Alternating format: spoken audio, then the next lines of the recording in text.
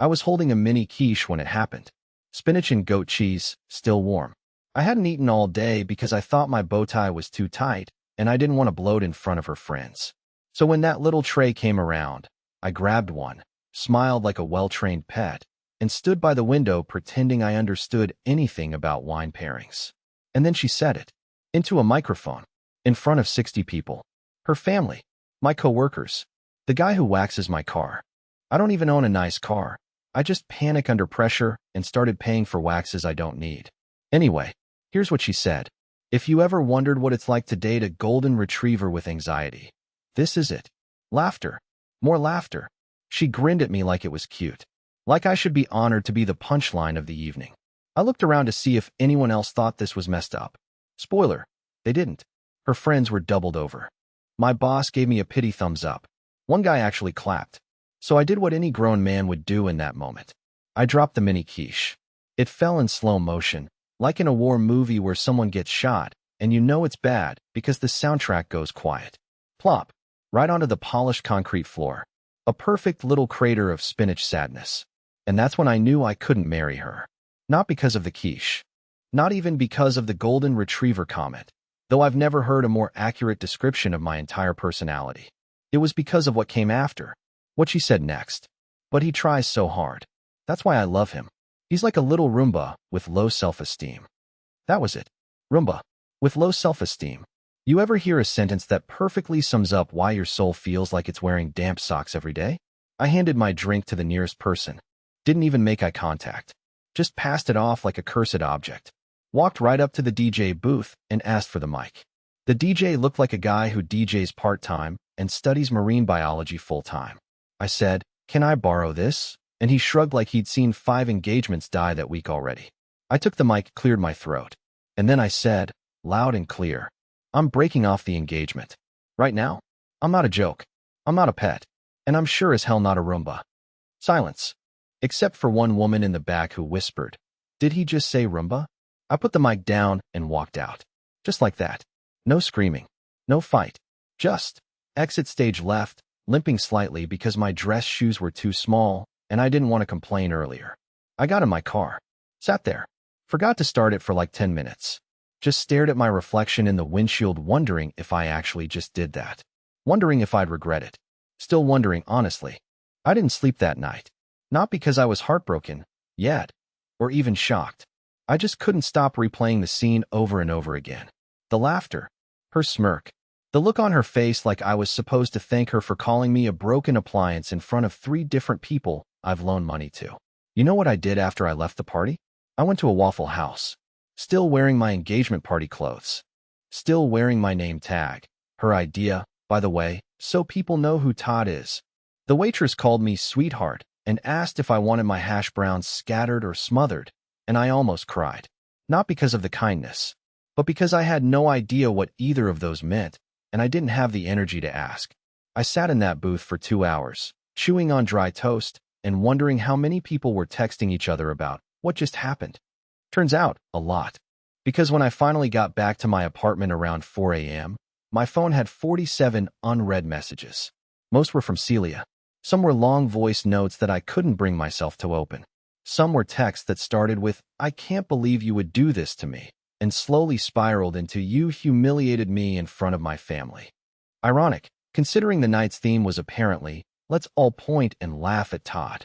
But it was the last message that caught me off guard. It just said, "You knew what you were getting into." And maybe that's the part that messed me up the most. Because yeah, maybe I did know. Maybe I ignored the signs. The tiny digs. The just joking comments that never actually sounded like jokes. The way her friends looked at me sometimes like I was a cute but stupid rescue animal. The way she once told me I folded laundry like a child, and then refolded every shirt I touched while humming. Still, I didn't expect what came next. At 10:43 a.m. the next morning, I remember the time because I was holding a lukewarm coffee I had microwaved twice. I got a screenshot from my buddy Grant. Just the image. No text. It was from a group chat titled, "Celia's Wedding War Room." Apparently someone in the group accidentally posted a picture of me from the party. Me holding the mini quiche. You can see the exact second where my eyes go dead inside. And the caption? Roomba trying to process emotion. EXE robot face with tears of joy. They were making memes. Of me. In her bridal party group chat. It wasn't just her. It was Kendra. And Becca. And her cousin Ava, who I once drove to the airport at 3 a.m. when her Uber canceled. They were calling me Roomba before the speech. Long before. Like, months before. That wasn't a spontaneous, haha funny moment. That was a rehearsed bit. A joke they'd been workshopping.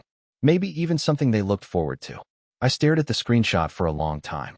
It was pixelated and kind of blurry. But I saw my own expression. I looked like I was trying so hard to hold it together. Trying to laugh, to play along. To be the chill, easygoing guy everyone likes. And all the while, I was a punchline. I didn't cry.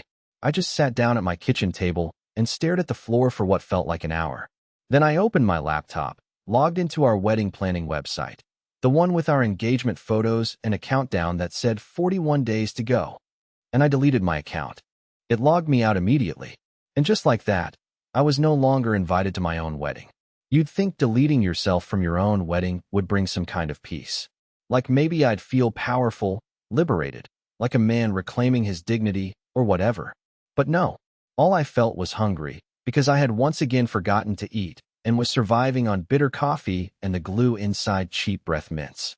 And somehow, despite nuking the wedding site and announcing the breakup in surround sound at a party, Celia still hadn't gotten the message. She sent me a 5-paragraph email the next morning. The subject line was, "We need to talk like adults." That should have been my cue to close the laptop and throw it into a volcano, but I'm a sucker for closure. Or punishment. Or maybe just addicted to being underestimated. I opened it. The tone was condescending. Like I'd spilled red wine on a borrowed couch, and she was disappointed, not devastated. She didn't apologize. Not once. Instead, she wrote things like, "I'm sorry you felt hurt," and "You misunderstood the tone," and my personal favorite, "You've always struggled with taking jokes, but that's part of your charm." Part of my charm. Like being emotionally steamrolled in public is some cute quirk I bring to the table. Todd, emotionally fragile, folds like origami, cries during pharmaceutical commercials, adorable. And then came the kicker. Attached to the email was a spreadsheet titled, "Refundable Vendors, Action Needed." She had listed every vendor we booked for the wedding. The venue, the photographer, the string quartet that was going to play a slowed-down version of Teenage Dream while we walked down the aisle. Every row had a note beside it like, "Todd to follow up," or "Todd paid deposit, reimburse." I'm not kidding. She had assigned me homework for the breakup. Like she was the CEO and I was her executive assistant who needed to handle the mess so she could move forward. The gall. But the part that really sent me into another dimension was her mother's voicemail. Apparently Celia had told her I was having an emotional episode and spiraling. Her mom called to check in, which turned out to mean passive-aggressively gaslight me for 3 full minutes. "You know, sweetheart," she said, in that voice older women use when they're trying to sound supportive but are actually insulting your entire DNA. Celia has always been playful. If you can't handle a little teasing, maybe you weren't ready for the real pressures of marriage. Then she added, like she was reading it off a post-it note, "Nobody likes a drama queen, Todd." She hung up without saying goodbye. I just sat there, holding my phone like it had personally betrayed me. Drama queen? Drama queen? I was the only one at that party who didn't clap when I was called a Roomba. I didn't make a scene. I left with grace. I didn't even key anyone's car in the parking lot, despite the fact that her cousin parked over the line and deserved it. But apparently, I was the unstable one now. And then, just when I thought things couldn't get worse, I got a Dropbox notification. Celia and I had a shared folder we used for wedding documents, photos, travel plans. I'd forgotten it existed, but someone had just uploaded a new file. The title was, "Todd's Speech Draft LOL. Docs." I clicked it. It was a draft of the speech she gave at the engagement party. Multiple versions, actually, dated weeks ago, meaning she'd written it, revised it, and saved it under a name that mocked me before she ever said a word into that microphone. This wasn't spontaneous. This wasn't nerves. This was intentional. She planned to humiliate me. She workshopped it like a stand-up set. I closed the file, logged out of Dropbox, and felt something strange in my chest, like grief, but with more caffeine and spite. I wasn't heartbroken. I was furious. And that's when I decided, no more sad boy energy. No more polite exits. If they wanted a drama queen, They were about to get a full-blown Broadway performance. There's a very specific kind of calm that comes right before you do something insanely stupid. It's not confidence. It's not bravery. It's stillness. Like your brain goes, well, nothing else matters anymore, so let's roll the dice. That was me, standing in my kitchen in pajama pants at 2:11 a.m., eating a single slice of sharp cheddar straight from the fridge, writing what would soon become the most poorly timed and accidentally viral email I've ever sent. I wish I could say it was strategic. I wish I could say I carefully calculated every sentence. But really, I just opened a blank email, typed like a man possessed, and when it felt like my fingers were bleeding emotions, I smashed that send all button with the reckless abandon of a man who had truly, absolutely, completely run out of dignity. The subject line read, "Regarding the wedding, from Todd." The email went out to everyone in our wedding guest list: Celia's friends, her family, my boss, her ex who was somehow invited for closure, our officiant, an old college professor of mine, and two people whose names I didn't even recognize.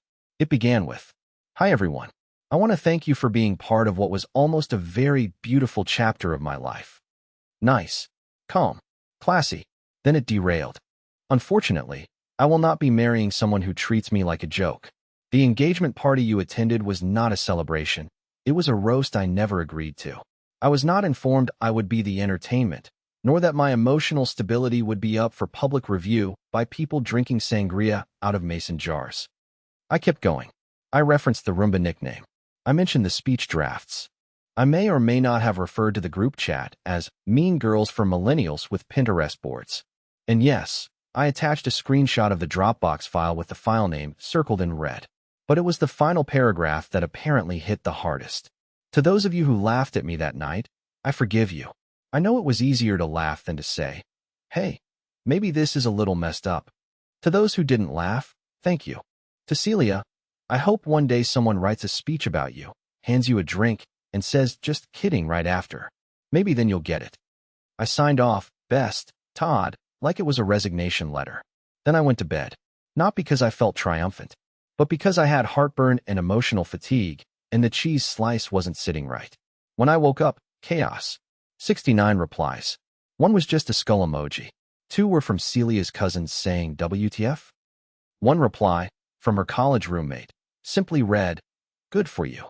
But the most unexpected one came from her bridesmaid Lexi, a girl I barely knew, who always wore silk scarves and never said much. She replied privately, "No hey, no hi Todd. Just, I've been waiting for you to wake up. I need to show you something. You were never supposed to see the speech." I blinked at the screen. Waited. My heart rate tripled. Then another message came in, a link to a shared drive. She added, "It's not just the speech. It's all of it. She's been planning this since January." I didn't even know what this meant, but I clicked the link. And there it was, a folder titled Rehearsal Night LOL. Inside, dozens of videos, private recordings, screenshots, voice memos from Celia and her bridal party. The worst one, a video where Celia is sitting on the couch with a glass of wine, laughing hysterically as she reads her draft speech out loud, and her friends are rating the burns on a 1 to 10 scale. "Roomba line's solid," someone says. "Needs a punchier ending," says another. And then Celia says, "I want him to feel it. He's too nice. It'll be good for him." That was the moment my stomach dropped through the floor. It wasn't just a joke. It wasn't nerves. It wasn't a misunderstanding. It was a planned humiliation dressed up in champagne flutes and fairy lights. I didn't cry. Again, I didn't rage. I just sat there, watching her laugh, rating her own cruelty like it was an open mic set. And suddenly, the party, the emails, the voicemail from her mom, it all clicked into place like puzzle pieces I never wanted to see. I hadn't dodged a bullet. I had escaped an execution. I didn't leave my apartment that day. I didn't shower, didn't eat, didn't even blink for longer than 5 seconds unless it was to prevent tears. I just sat there, letting my laptop screen slowly dim, staring at that cursed folder Lexi sent me like it might suddenly catch fire and free me from the reality it had just delivered. It had taken me less than 3 minutes to realize the truth. Celia wasn't careless. She was calculated. This wasn't a wedding that fell apart. This was a performance she had been writing for months.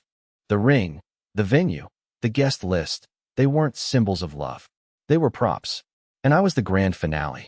Around 5 p.m., Lexi called. She didn't text first. She didn't ask if I wanted to talk. She just called, like she knew I wouldn't pick up if she gave me time to think. I answered on the fourth ring, because I'm still the kind of idiot who thinks people deserve the benefit of the doubt. She started with, "Hey, I know you probably don't want to hear my voice right now." She was right. Then she said something I'll never forget. I laughed. That night, I laughed at the speech. But the second you walked off the rooftop, I knew I'd never seen someone more alone in a room full of people.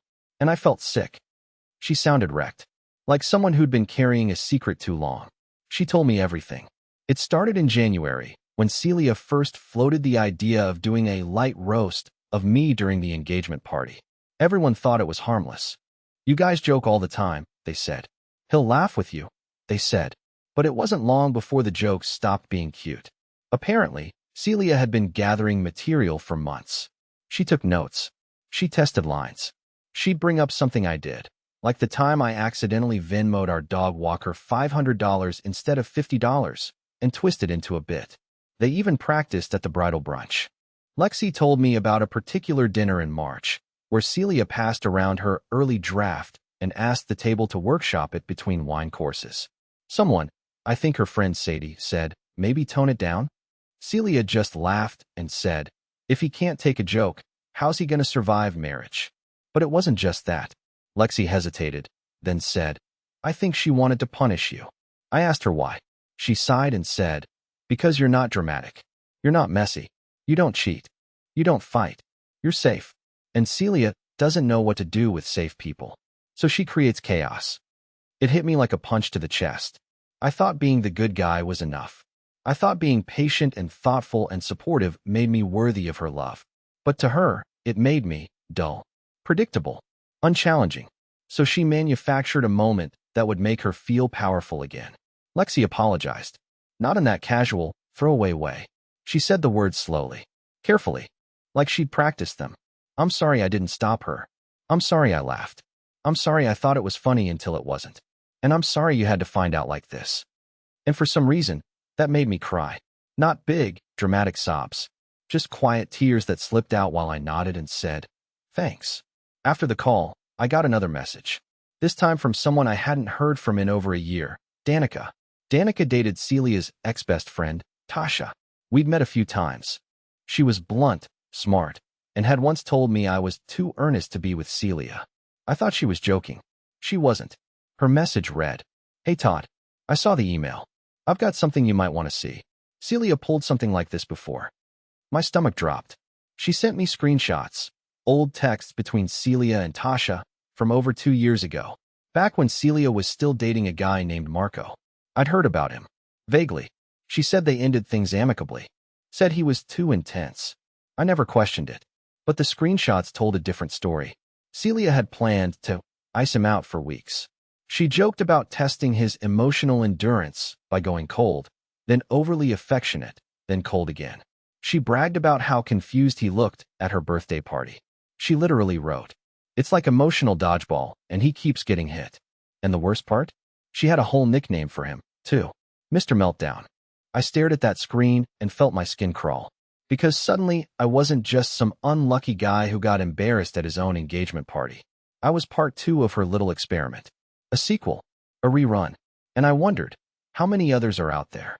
How many nice guys got turned into punchlines because Celia needed an audience and couldn't write real jokes? I shut the laptop, sat on the couch, and for the first time in days, I smiled. Not because I felt better. Not because anything had been fixed. But because now, at least, I knew. I knew the truth. The full truth. No more wondering, no more excuses. I wasn't crazy. I wasn't overreacting. I wasn't being too sensitive. I was just the next guy in a long line of people who trusted someone that smiled while holding a knife behind her back. And I had one more move left. I thought I was done. After Lexi's confession and Danica's screenshots, I truly believed I had reached the summit of this emotional disaster. I had closure. Or at least, enough of it to stop compulsively checking my email like a divorced accountant waiting for audit results. I told myself I wouldn't talk about her again. That I'd move on. That I was above all this. And then her dad emailed me. Not Celia. Not her friends. Not her sorority sidekicks who still follow me on Instagram like spectators at a crime scene. Her dad. Of all people. Subject line, "We should talk." From Patrick, Celia's father. I almost deleted it without opening. But curiosity is a disease, and I've never had the antibodies for self-control. So I clicked. What I expected, a stern, fatherly, "How dare you" email. Some kind of reputation cleanup. Maybe even threats of legal action for the email I sent to the wedding list. What I got was not that. It started with, "Todd, I want you to know that not all of us laughed that night." He went on to say that he'd been uncomfortable during the entire speech, that he kept waiting for Celia to pivot into something sweet, some sincere moment to wrap it all up, and it never came. I looked around and thought, is this a comedy roast or an engagement party? He wrote. But no one else seemed bothered. Your face said everything. Then he said the words that nearly knocked the wind out of me. This isn't the first time she's done something like this. I wish I'd stepped in years ago. I thought she'd grown out of it. He didn't elaborate, but he didn't have to. The pattern was clear. Everyone else had just been too scared or too loyal to say it out loud. But now that the mask was off, the public, shiny, curated mask Celia wore in social settings, people were starting to speak. He ended the email with, "If you ever want to talk, I owe you that much. Take care of yourself, Todd." I sat there, stunned. Part of me felt vindicated. The rest of me just felt sad. Not for myself. Not even for Patrick. But for Celia. Because it's one thing to be called out by a stranger. It's another to be called out by your own father. In writing. But just when I thought this whole saga might finally settle down, Celia went public. That evening, I got a ping from someone on Facebook. A screenshot. Celia had posted a long, carefully worded life update to her profile. Public. Open for the world. It wasn't addressed to me directly, but the subtext wasn't exactly subtle. Sometimes people aren't who they seem. Sometimes the ones who claim to be victims are really just angry they couldn't control the narrative. I'll always choose laughter over bitterness, joy over cruelty, and healing over blame. Yellow heart. There were hashtags. Hashtag moving on. Hashtag grace over drama. Hashtag let people grow. The comments were a mess. Some of her friends were praising her bravery. Others were more cautious. Glad you're okay. Wishing you peace. Takes two to tango. Classic non-committal support. And then there were the DMs. People who had read my email. People I didn't know. People who'd been through similar things with her or with others like her. One guy wrote, "Man, I don't even know you, but reading your story made me feel like I wasn't crazy for walking away from someone who treated me like a sidekick in my own relationship." That's when it hit me. This wasn't just my story anymore. It had somehow, accidentally, become bigger. A symbol of something I never meant to stand for. A quiet guy who got publicly humiliated and finally snapped in the most passive-aggressive way possible. And honestly, that terrified me. Because now I wasn't just dealing with heartbreak. I was dealing with attention, something I never wanted. The same spotlight Celia used to mock me was now swinging back her way, and I couldn't tell if I felt justice or guilt. Then, just before midnight, my phone buzzed. A new Dropbox file. No name. No sender. Just a video file titled March_7_dinner. MOV. I opened it. Celia. Sitting at a restaurant table. Laughing. Holding a cocktail. Leaning into the camera. And her exact words? "You guys, I swear to God, if Todd ever leaves me, I will sue him for emotional damages because I've trained this man like a dog. He makes me tea. He folds my laundry. I got him to stop eating bread because I told him it made his face puffy. And he believed me. Like, actually believed me. Who does that?" There was laughter in the background. Someone clapped. The camera shook with movement. And then Celia grinned at the camera and added, "Marriage is just a long-term prank. He doesn't know it yet, but he's going to find out." I shut the laptop, got up, and for the first time in this whole nightmare, I felt rage. Not the slow, simmering kind. Not heartbreak disguised as anger. I mean raw, shaking, pulse-pounding fury.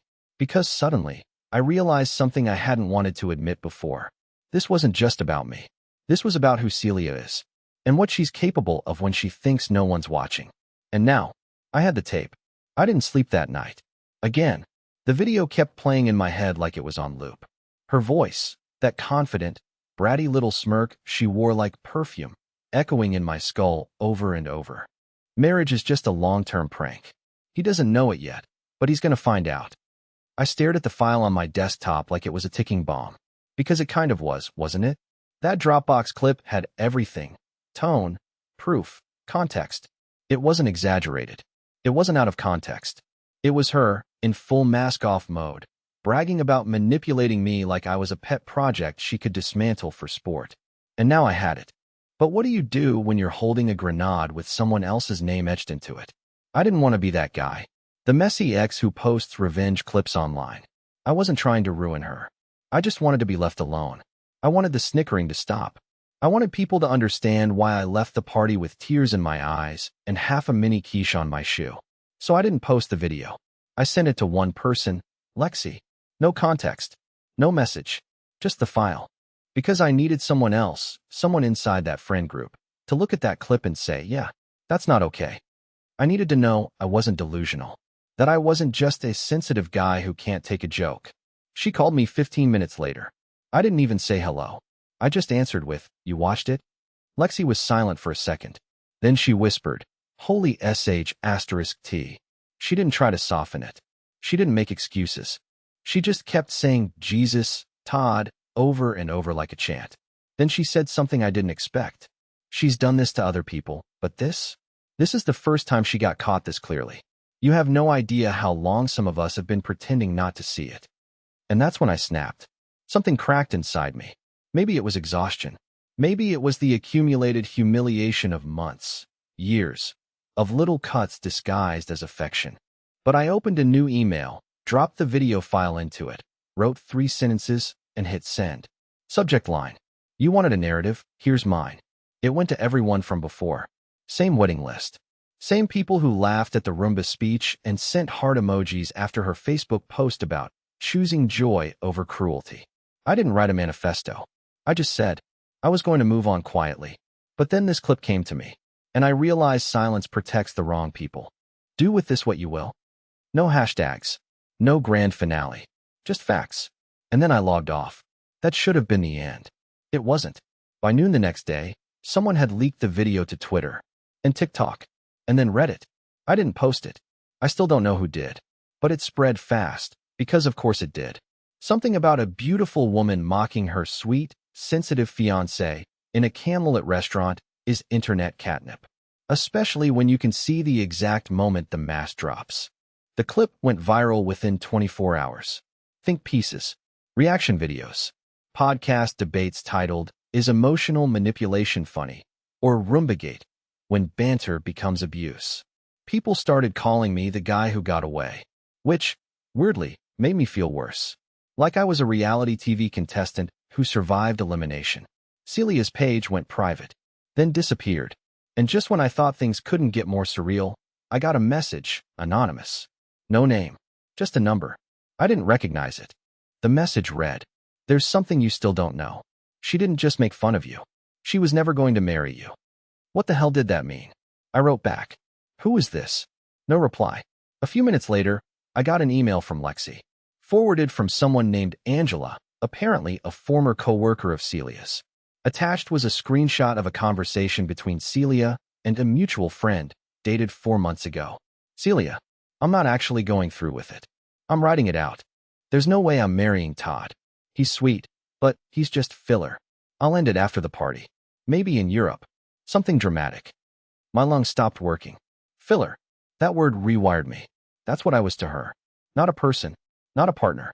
Not someone with a heart or a future or a pulse. Just filler. Like the white rice you ignore in a sushi roll, or the quiet friend you bring to a party so you don't have to go alone. Suddenly, all the little moments came rushing back. Her half-smiles when I talked about buying a house. The eye rolls when I said we. The weird way she didn't want to lock in honeymoon dates. The way she kept calling the engagement party content. I thought it was a joke. I thought I was safe. I was never safe. I wasn't loved. I was a storyline she was building toward a finale she already had written. And now? Now the curtain was torn open, and everyone was watching.